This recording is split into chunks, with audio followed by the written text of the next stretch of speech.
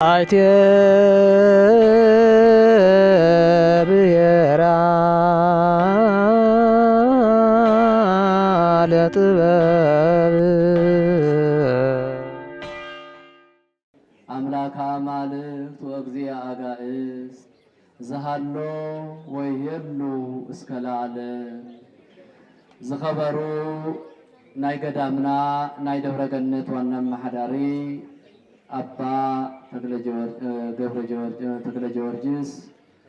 ኃይለ ጊዮርጊስ ከመውን ሊቃውንተ ቤተ ክርስቲያን መምህራነ ቤተ ክርስቲያን ሰባክያነ ወንጌል አይንተ እግዚአብሔር ካህናት ዲያቆናት ንአብነት ተማሃሮ አቦታት አዴታት ሕፃናት በስም ቅዱስ እግዚአብሔር አምላክና ቅዱስ ቅዱስ ቅዱስ እንዳተባሃለ በአፈ መላእክት አብጽርሐ አርያም እንዳተመስገነ እንዳተቀደሰ እንዳተወደሰ ዝነብር አብ ምድር ድማ አብ ሰማያዊት ዝኾነት ምድራዊት ኢየሩሳሌም ቤተ ክርስቲያን በሊቃውንተ ቤተ ክርስቲያን በአበው ካህናት መነኮሳት ቅዱስ እንዳበለ ስቡሕ ወውዱስ እንዳተባሃለ ዝቅደስ ዝውደስ እግዚአብሔር አምላክና በዛ ሰዓት እዚኣ ድማ በሰባክያነ ወንጌል ናይ ወንጌሉ ቃል በዘማርያን ቅዱስ ናይ ቅዱስ ያሬድ መምህራን በዝማሬ ዳዊት በኻሊ ምስተእንጋድን ንብረት በመቅራብን ቦታ መንገድ በመስተኻልን በመናሰይ ናታኔም ደቀናም በናይ ጸጥታ አካላት በዲያቆናት መምህራን በብን ባዕልትኹም በስነ ምግባር ዝተሃነጽኩም መመናን እቲ ስርዓት ዘለዎ ጸሎትን እቲ ስርዓት ዘለዎ ናይ ቤተ ክርስቲያን ስርዓት ናይ መጽሐፍ ቅዱስ መምርሕን ክሰምዕ ህዝቢ በስርዓት እንዳስተናገድኩም ዘለኹም ኩልኩም ነዛ ዓለት እዚኣ ቅዱስ ቃሉ ንምስማዕ አገልግሎት ተአዛዝነት ንምሃብ ቃሉ ተመጊብካ ንምኻድ ኃጢአትና መከራና ጭንቅና ብዝተፈላለየ ሐሳብ ናፍቱ ተሰቀለ አምላክና ናፍቱ መቃብር ወሪዱ መቃብር ዘዓፀወልና ፈጣሪና ናፍቱ ናይ መከራ ተቀቢሉ ኣብ መቀራኔ መስቀል መከራና ዝሰቀለልና ጎይታ እግዚአብሔር ተቅርቡ ነቅርብ ዘለና ኩሊህና ጸሎትና ይቀበለልና ጸሎትና ይቀበለልና እግዚአብሔር ቁሞትና ይርአየልና ድኻምና ብዘይ ምቁፃር ደካምነትና ብዘይ ምሕሳብ እግዚአብሔር አምላክና ይቅርቱ ይላኸልና ወባሕቱ በከመ ዘጸዋዕክሙ ቅዱስ ውእቱ አንትሙኒ ቅዱሳን ኩኑ በኩሉ ግእዘክሙ አቱም ህዝበ እግዚአብሔር ዝጸዋዓኩም እግዚአብሔር እዩ እግዚአብሔር ድማ ቅዱስ እዩ እግዚአብሔር ቅዱስ ስለዝኾነ እስኻትኩም ድማ ቅዱሳንን ክቡራንን ንጹሃንን ኩኑ አንደኛ መልእክቲ ናይ ቅዱስ ጴጥሮስ ምዕራፍ 1 ቁጥሪ 15 ክሳብ 16 ዘሎ ቅዱሳን አነ ቅዱስ የምስኻትኩም ቅዱሳን ኩኑ በኩሉ ግእዘክሙ በኩሉ ምግባርኩም በኩሉ ሐሳብኩም በኩሉ ምንባርኩም ቅዱስ እግዚአብሔር እንደሐሰብኩም ኖሩ ክቡራንን ክቡራትን እግዚአብሔር እተኽብሩ ናይ ድንግል ማርያም ደቅ ዝኾንኩም እግዚአብሔር ዝፈትወኩም ኣብ አውደ ምሕረቱ ሰብሰበኩም መስኮተ ሰማይ ትምልከቱ በረ ሰማይ ተንኳሕኩሑ ኃጢአትና ዝሓጽበልና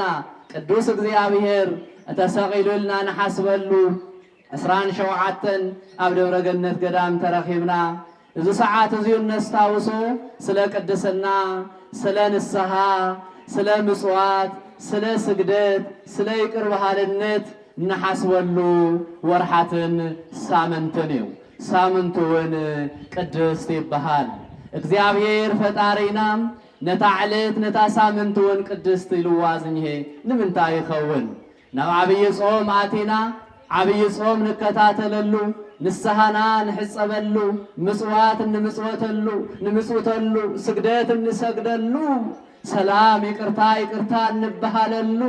ናይ ኢየሱስ ናይ ክርስቶስ ጾም ስለንጸውም ጾም ድማ በኃጢአት ስለዘይኸውን ቅድስት ያሞ በቅድስና ጀምርዎ ንጽህቲ ያዛዓለት እሞ ብንጽህና ጀምርዎ ናይ ንስሐ ዕለት እሞ ንስሐ አትይኹም ጀምርዎ ክልተ ሰሙን ነቁፅረለና እታ ቅድስቲ ግን ትማሊ ሰንበት ጀሚርና ክስካብ ጽባሕ ዘሎ ቀዳም ቅድስቲ እያ ትበሃል ክቡራንን ክቡራንን ቅዱስ ጳውሎስ እንድሕር ከምዚ ኢለና ቅዱስ ጴጥሮስ ብመልእኽቱ ከምዚ እንድሕር ጽሒፉልና ንሕና ከመይ ኢና ብብሉይ ኪዳን ድሓር ምንስ ክንብል እንተለና እውን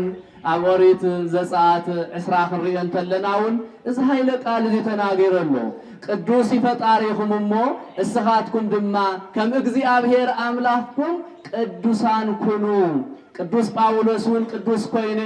ቅዱሳን ጻድቃን እውን ተቀዲሶም እዮም ንጽይተ ንጹሃን ቅድስተ ቅዱሳን ድንግል ማርያም እውን ቅድስት ኮይና እያ ቅዱሳት አንስት ቅዱሳን አቦታት ቅዱሳን ነቢያት ቅዱሳን ሐዋርያት ኢልና ኢና ንጽውዕ ካብዚ ዕለት እዚ ኢና ንትስእ እግዚአብሔር አምላኽና ናይ ቅድስና ምስጢር ንስሐ ክቡራንን ክቡራትን ናይ ቅድስና ምስጢር ከምቲ ትገብርዎ ዘለኹም ምጽዋት መሃብ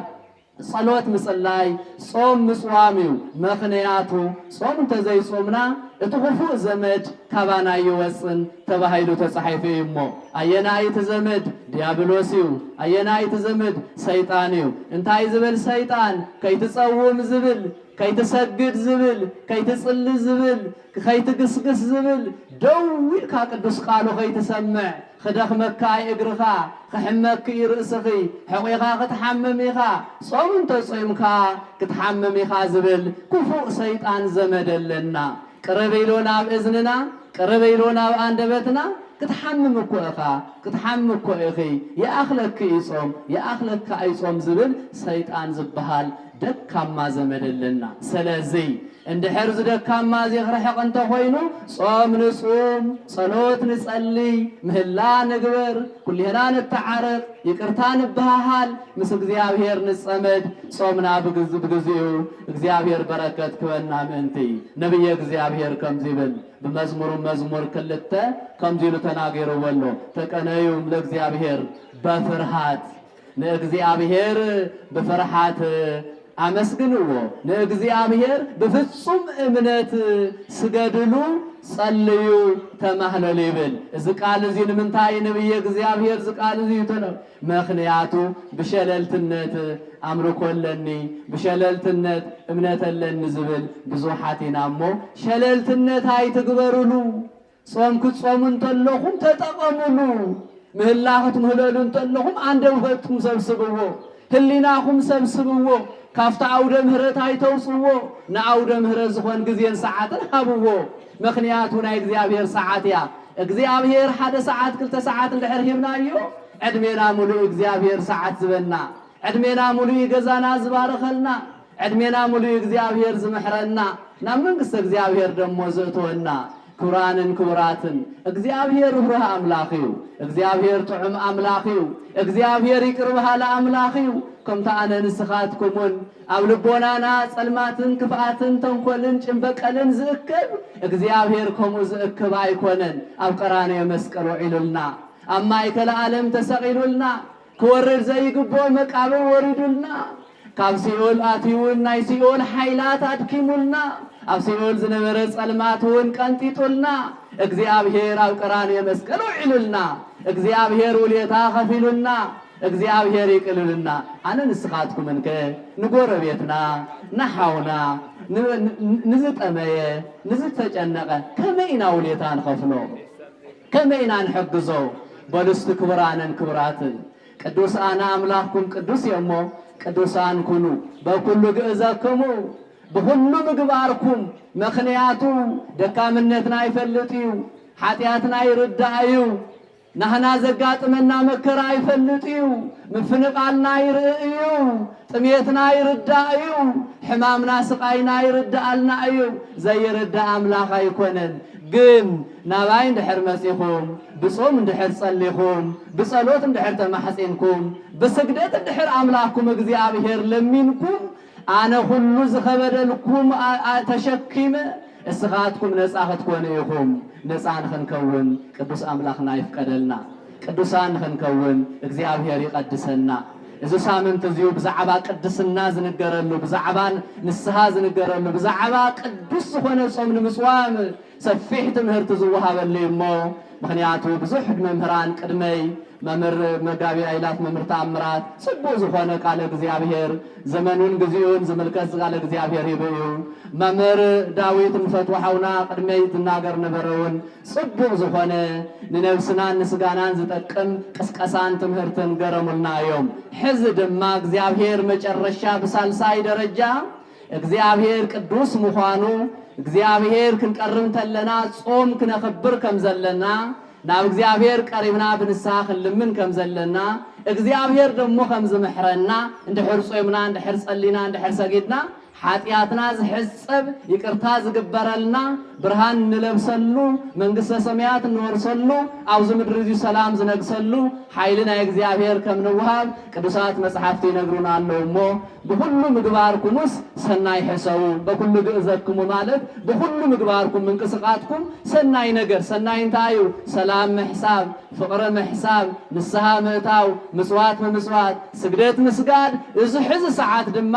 ጾም ዓቕምኻ ዝፈቅዶ ጾም ምጽዋም ዓቕምኻ ዝፈቅዶ ሰዓት 9 ዝፈቅድ ክስካብ 11 ዝፈቅድ ክስካብ ክንደይ ዝፈቅድ ዝገበርና ገርና ግን እስካዕ ቅዳሴ እንተ ጸኒሕና እግዚአብሔር ምሕረቱ ክበናዩ እንተ ዘይክኢልና እስካዕታ ንኽእላ እግዚአብሔር ዝፈልጣ ሰብ ዝፈልጦ ዘይኮነስ እግዚአብሔር ዝፈልጦ ዓቕሙና ክንጸወም ይገባና ምክንያቱ ዝጾም እዚ መድኃኒት ንስጋናን መድኃኒት ነፍስናን እዩ መደምሰሰ ኃጢአትና እዩ መከራና መቅለል እዩ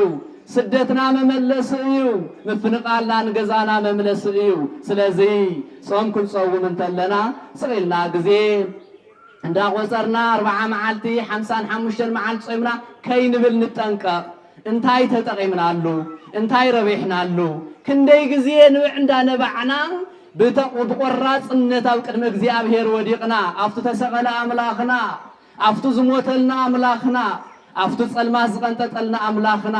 ኣፍቱ ንዘለዓለም መንግስተ እግዚአብሔር መንግስተ ሰማያት ዘዘጋጀወልና ኣብ ናይ ቅዱሳን ቦታ ዝቀበለና እግዚአብሔር ከመይ ንልሙነለና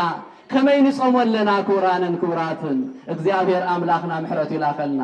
እግዚአብሔር ሰላሙ ይላኸልና እንካብ በዴና አማላጅነት እንካብ ቅዱሳን ተራዳይነት እንካብ ቅዱሳን መላእክት ሓጋዝነት እግዚአብሔር ክሕግዘና ክረድአና ክፈቅደልና ናቱ ቅዱስ ፈቃድ ይኹን ኣብ ዓድና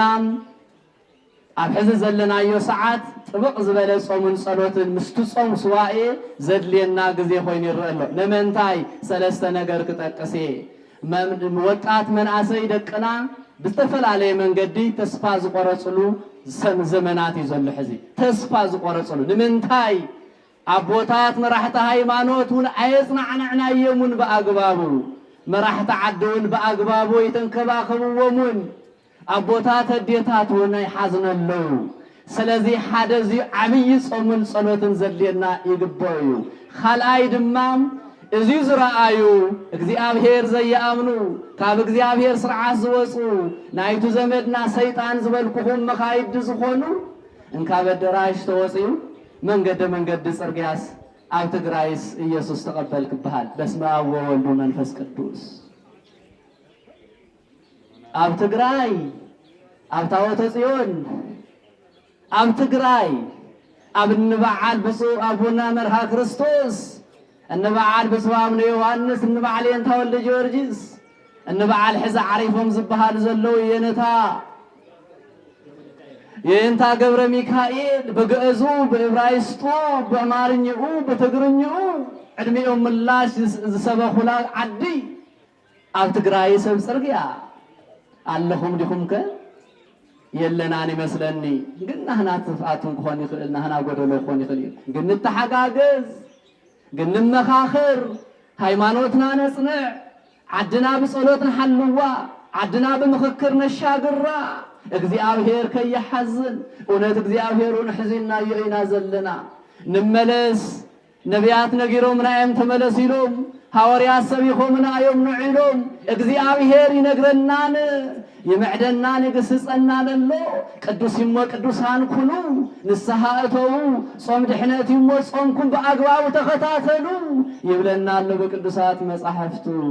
እግዚአብሔር አምላኽና ጸዋዕኹም ቅዱስ እዩ፣ ፈታዊኹም ቅዱስ እዩ፣ ፈጣሪኹም ቅዱስ እዩ።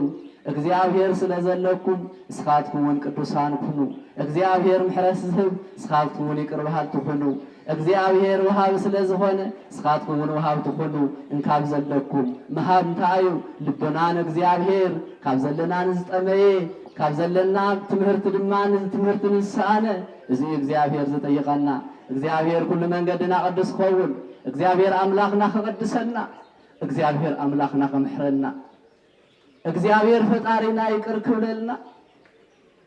ይቅር ንባሃል። እስቲ ሰብስብዎ